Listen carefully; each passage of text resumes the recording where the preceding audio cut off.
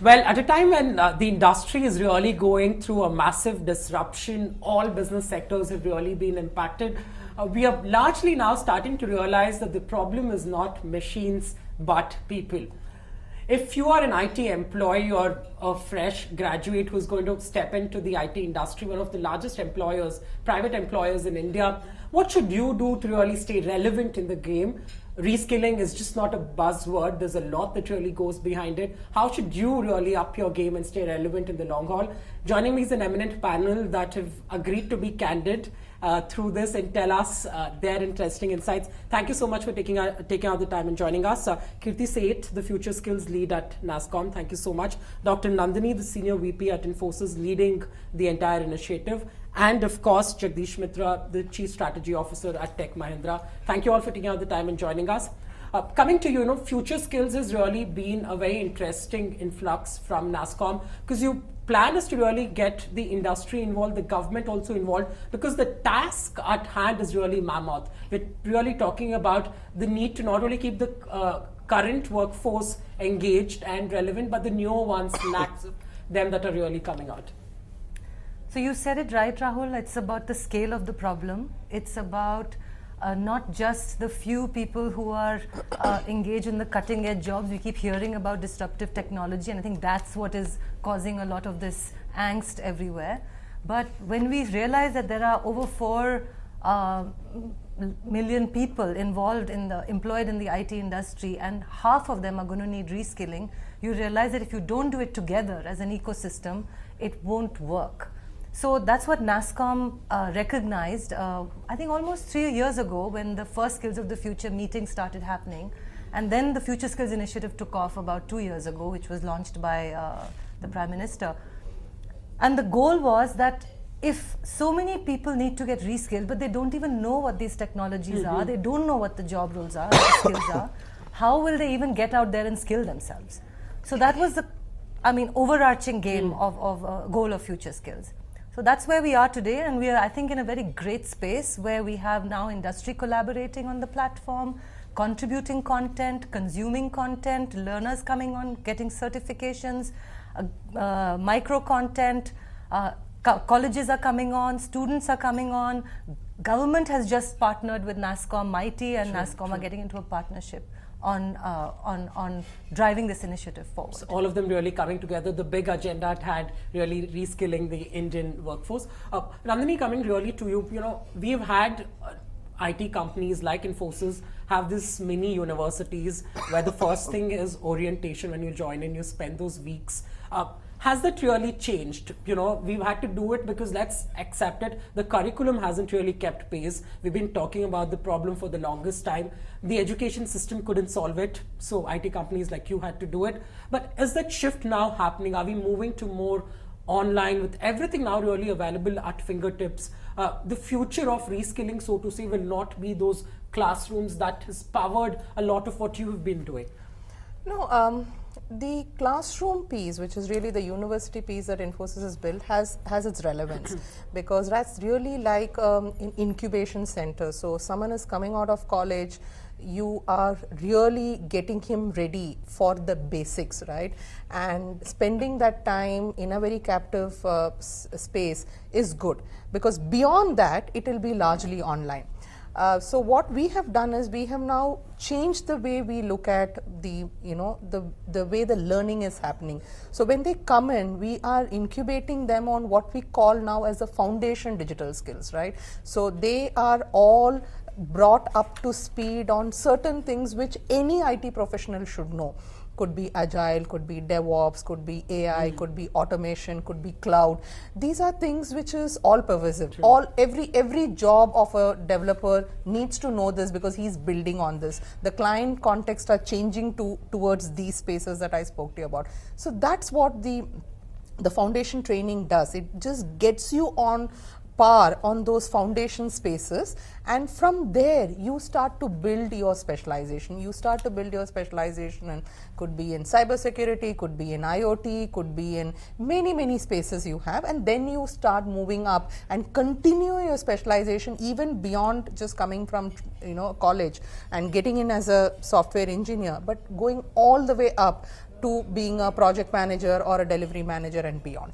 Got it. The task at hand is huge, but it's achievable It's considering. achievable because the entire context of how we have incubated jobs, how we have structured the learning, is all very, very, very conducive to how the space outside the industry and the clients' markets have changed. Works well. Jagdish, let's get candid. The entire fact is that the business is undergoing a massive shift. It's not, the industry has to respond to what the customers out there really wants. So it really comes down to the basics that there is tectonic shift in terms of what the client wants. The business environment has really changed, and we do not have a choice but to catch up and really up the game. So that is reality hitting our face, right? Absolutely. And Rahul, you asked us to be candid, so I'll try and be candid from start. I think, first of all, with your statement of problem being the people, I think no, it's the opportunity with the people. As far as the challenge of being responsive to the customer and being ready for it, I think that's where the shift is. The world is no longer going to be about responding. The world is about anticipating.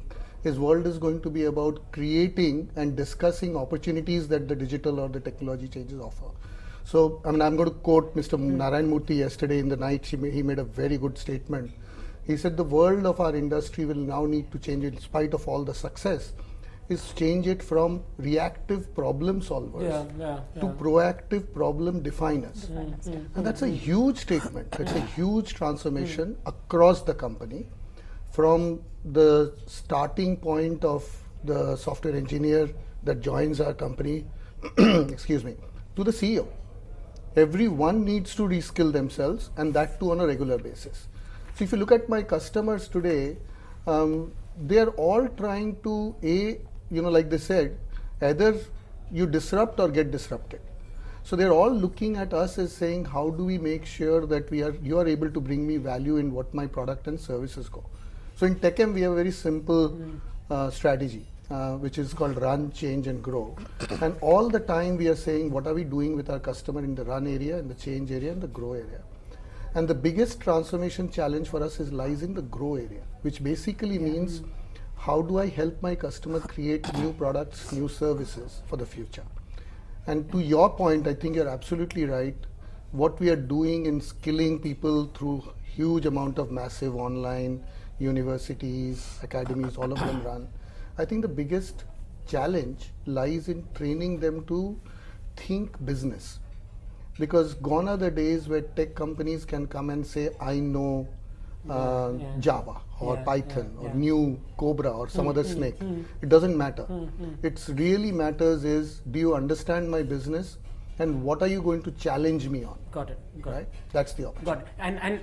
And there's only so much prediction that you can do on what will come by, right? The biggest challenge in the IT industry now is to know which the next wave of technology is. Really coming back to you, let's really get down to the basics. Could you list to us what are the skills that are really in demand? You know, AI, machine learning has been discussed so much. But for someone really watching this, where really is that big demand coming from? You have a sense of what the industry needs clearly. What are the areas, what are the sectors that are really the hot picks? So if you're going to ask me to list a bunch of skills, I won't do that, because skills are changing so fast that even if you ask the three of us on this panel right now, what is your view of the future and what's going to be the hot skill 2 years? Biggest gap to plug. The biggest gap today is the learnability, the learning agility gap, the ability to learn. It's not about what you know today, it's your ability to learn what will be required tomorrow. Traditionally, our Indian student or employee has been very, passively accepted whatever was taught. Today you have to proactively go and get out there and learn what you need to know. So if you know Java, but you know it really well, you can be taught Python. It's okay. If you don't know Python, but you can demonstrate that you know the fundamentals. If you can show you know problem solving, if you have logic, if you can get out there and show that you can learn yourself, there's enough resources available. You yourself mentioned it. There's so many online courses available, MOOCs available, but still university structures are required. Why? Because the student still needs to be passively given something. Something that we're discussing, the onus has to be on the employee to ensure they're relevant in the game. Yes, and what Jagdish said about the business governing, it's a fundamental paradigm shift in the way this industry operates. Because industry was always in between the end customer and our industry here. But today we are governed by what the end customer wants. Got it. But you wouldn't want to list out skills that are really the largest gaps. Well, you mentioned it. You mentioned AI, big data, machine learning, Python, Hadoop. I mean, you can talk tools, you can talk skills, you can talk all that. But those are areas that yeah, really but I just add that it's just as important to have the softer, or what we now at Nasscom call the professional skills, because the ways of working are changing. It's not just enough to know the technology. So get proficient in your communication, get proficient in collaboration. Virtual teams is a fact of life. Global organizations, how do you work across the globe, across time zones? How do you communicate with each other? Project management, agile, these things are just as important as the technical skills, and they don't get enough press. Got it. So ensure you don't only just chase the technical skills and miss out the bus as far as the softer side of skills is concerned. Coming to you, Nandini, what would you really advise a college student who's watching this? We've added 2 lakh plus new employees to the industry this financial year. Someone who's clueless, the ideal dream for anyone really pursuing engineering is to land a job at one of the top 4 IT companies or MNCs. What would your advice be to someone who's at that cusp of graduating out and joining the mainstream? So I will build on what Ritu said. I mean, don't go after 1 or 2 technologies like AI or machine learning is the buzz, right? So don't get caught by that. Like, so if you look at what Jagdish said, he said there are 3 parts to business. There is the run, the change, and the grow. Each of this is a very important, entities in the way we run businesses, right? So there is skills to do with run, there is skills to do with change, there is skills to do with grow, right? You have legacy apps, you have the new age apps, you will have packages, you will have digital, you will have whole value chain of business, and there are skills in every single one of them. So, I think today's techie or the guy who's stepping into the world of technology needs to be open and needs to be very clear that he will structure his learning to go up the value chain in the best possible way. It doesn't matter where you start. You just have to be very clear that every starting point is as good a starting point as it can get. You need to then start looking at what are the areas adjacent to where you are. So the example she gave of Java and Python, it's okay if you start in legacy, modernization space, nothing wrong with that. Everyone need not, jump into the bandwagon. But from there, start looking at how you will optimize your learning, the learnability. You look for your adjacent spaces, you move there. From there, you move to an adjacent space, and through that, you become a full stack guy, right? Because you then become a full stack professional, and that is more valuable than just believing that the buzzwords are where the career lies. Got it. I ideally don't want to rush through this because we'd ideally want a lot of the insights to really go out there and reach the audience. Interesting insights. Jagdish, coming to you, promise to be candid. I hope so you will on this question. The entire fear about job losses, the mid-level executive of 8 to 15 years of experience is the most worried lot in the IT space. Layoffs or not, I'd let you to really tell us. But it's not only about the freshers, but people who are already in the system. What will the role of the mid-level executive be in the time to come? So I'll draw an analogy and then I'll tell you the answer here. A lot of people talk to me about how Uber has disrupted the regular taxi, okay? And I'll give you an example. London cabbies were at one point of time the most respected lot, because I don't know whether you know, they go through a humongous test. It's called the London A to Z, which the maps, which they need to know completely in and out. When the Uber came, you don't need the maps because your phone tells you where to go, right? But look at what's going to happen now. Now Uber's testing out the autonomous vehicle, right? Which also can read the map and come to, and when 2 years back they did this trial in Philadelphia, it was Star Trek coming live. Right? When a car can on its own come to the airport or the station and pick you up, no driver, it can be bloody scary, but it's really, really happening. So who's going to lose the job first? the Uber driver, because his skill value was nothing but reading the maps. But look at the guy who had the skill earlier. He has the opportunity to move from someone who has a photographic memory to do a lot more image processing, lot more that kind of work, design work and memory related work, because he was very strong. So the same applies to our industry. If you are not making sure you are relevant to your inherent skills and what we talked about, Kirti talked about, Nandini talked about, in terms of ability to understand and learn and unlearn, and most importantly, question. Unfortunately, our education system doesn't do it. You can keep cribbing till nothing will change. But if you can take for your audience, the students, I would say question it. Doesn't matter. Don't worry about looking like a fool. Question it and ask the question saying that why this way. That's what the industry needs. And if 8 to 15, 8 to 25, 8 to 30, everyone will need to be relevant or they don't be relevant. So it's people like me. And so in our company, for example, the CEO went through an AI test. We went through an AI test at their level. I'm not expected to program. I don't want you to tell my scores because I passed. Because so I continued my tradition from university where I barely passed. So so I passed. Some people did better. Some people had to take a retest. But we've made it clear. But it's important for everyone in the chain, their levels to take a test, not to send a message only, but to make sure that they understand what this means at their level and how they will apply. That I think, therefore, it's not 8 to 15 to me. There should be a sense of paranoia, Rahul, which is real and which is true, where people will need to feel slightly paranoid about the future. And like Kirti said, you can take 2 skills tomorrow, this will change. 4 will happen next 2 years, another 4 will happen next year.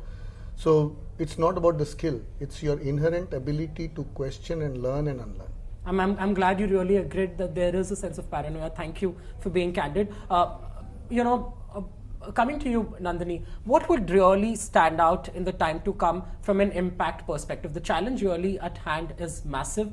What's really the missing puzzle as far as the missing plug for us to really go out there? It takes us a long time. We've just started off. It's a long, audacious journey. And how should an IT employee see himself in the larger scheme of things? She did mention an interesting point that the onus lies on you as well. You cannot really pass it on to the companies all the time. So today 2 things are happening, Rahul. One, the employee needs to learn, which is like, it's a given. But what also is happening is that the company's ecosystem of jobs, careers and rewards are also changing. Today, jobs are all about skills, right? So learning is becoming imperative, right? It's as good as you coming and performing a job every day. The jobs are about skills like the agile, the DevOps, the cybersecurity, the blockchain, etc. So jobs are about skills. So learning therefore is automatically embedded in what you do from the time you step into the company. Careers are all about skills. So you move based on how good you are, what an expert you are in a skill. The more the expertise you have, the faster you grow. Rewards and incentives are about skills. So the company's ecosystem is changing because the entire ecosystem of jobs, careers and rewards are on skills. So now that is good for an employee because it is natural in the value chain of work. But having said that, I think all of them have been making the point, employees need to know that no more can they say, I'm in a project, I have no time to learn, right? That is not going to happen. Let's not be finding reasons here. I have heard this for the longest I've been here to say, I'm in a billable project or I'm busy in a project, I don't have time to learn. You have to figure out how to learn. Learning is there, it's in the app, it's online. We have online platforms. The company is invested in creating learning content, certifications. The company has changed the job structures, company is changing the career structures, company is changing the reward structure. Now it's up to you, right? We've created the ecosystem, but the onus and the responsibility is really with you to find the time, to take the effort. None of these are easy. They require a lot of investment of effort. you need to make that happen. Yeah, every quarter when we track IT companies, the buzzword is investments in skilling, reskilling. That is something that has been on for the last few. Lastly, before we end this discussion, I'd want you to come on this, and Nandi, please add, both of you, final closing remarks. Yesterday, very interestingly, N. Chandra, the chairman of Tata Sons, called for a larger need to really relook at how newer technologies like AI will impact developing markets like India. He says the West is trying to tell us that there'll be job losses, technology is here to ruin things. That's not the case. The potential, the opportunity in India is massive. I will not go into that debate of AI, machine learning will supplement jobs. We've discussed that enough. But a larger way to really rethink how the newer technologies will impact India and the various businesses.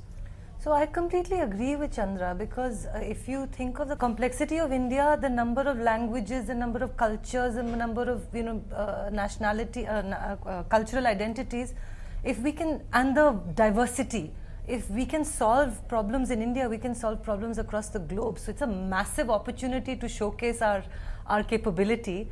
So I agree with him, and in terms of creating jobs, leveraging technology, the human-machine interaction, I think the possibility is humongous. We've seen it. We've seen it through Aadhaar, we've seen it through UPI, we've seen it through DigiLocker. I mean, take all these eKYC, all this. What has it done? It's created, it's changed, it's revolutionized the way we work. So then you want to comment on that, but that's very crucial, right? To the entire narrative and the fear, half of them that have, is irrespective of what we do, we will not stay relevant in the game. No, I think there is an opportunity in every challenge you face. The example of the Uber he gave. If you're believing that the driver's job is gone and therefore some machine has eaten away the job, that's where you will end. But if you believe that's an opportunity and go back and start upskilling yourself and go back into those things about how, as a driver, given the expertise or the knowledge you had, how you will drive the engineering behind autonomous thing in some part of the value chain, that's an opportunity you have to take on, because you have an inherent knowledge of actually driving that machine in the road and knowing the potential pitfalls and issues and opportunities. So it's really up to the mindset. I don't believe it's going to be a black and white situation. You just have to figure out where these spaces are and then move on. So in all of this, is, in my view, is just an opportunity, and opportunity to become better, right? So Uber driver now can do something better than be behind the wheels 8 hours a day. So just an interesting comment I want to pick up from yours, and this is something we discovered. We were doing a research at Nasscom about the importance of domain, about understanding your industry. Brilliant. It's going to be so important to know whether you're in finance or retail or auto or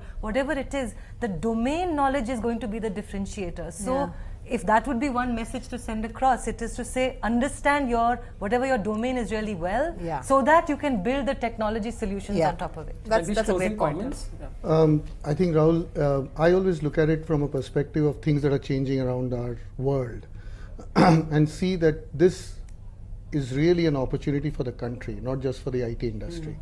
We have the youngest population in India, and the other parts of the world are aging. Baby boomers, Europe has a problem. All of these issues are happening. Look at what is going to be in high demand, is skills. Japan made its country known because of process, Germany for engineering, the US and Silicon Valley for innovation. I think it's India's time to come under the sun for being the place for skilling. We could be really meeting the gaps that the world has on skilling. And so I see this completely as saying this is not an opportunity for just the IT industry. Every aspect of it. We have such strong talent, young talent in this country. We have an opportunity to be the place known for skilling. That's where I see the opportunity. We're discussing how we in the media have been disrupted before we started off. So absolutely. Takeaways for everyone watching this beyond the IT industry. Thank you all so much for really taking out the time and joining us. The key takeaways really from the conversation is, yes, it's not an easy place to operate in. There is a sense of paranoia. You should be paranoid, because if you don't up your game, if you're not in the reskilling, upskilling domain, and the onus, as they've pointed out, is on you, if you don't really catch up, then the world definitely is willing to move on. Thank you all again so much for taking out the time and joining. Thank you. Thank you. Thank you.